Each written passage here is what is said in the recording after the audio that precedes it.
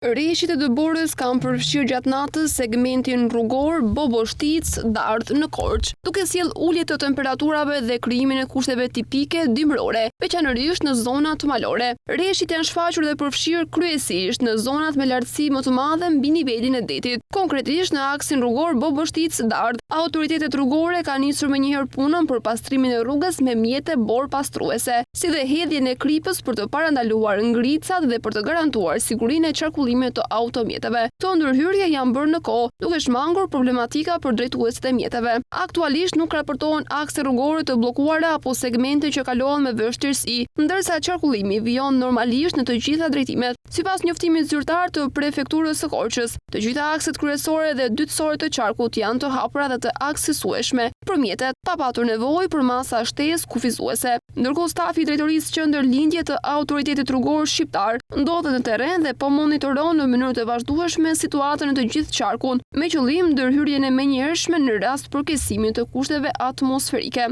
Autoritetet u bëjnë thirrje drejtuesve të mjeteve të tregojnë kujdes të shtuar veçanërisht në zonat malore, të përdorin goma dimrore dhe të respektojnë sinjalistikën rrugore për të shmangur aksidentet.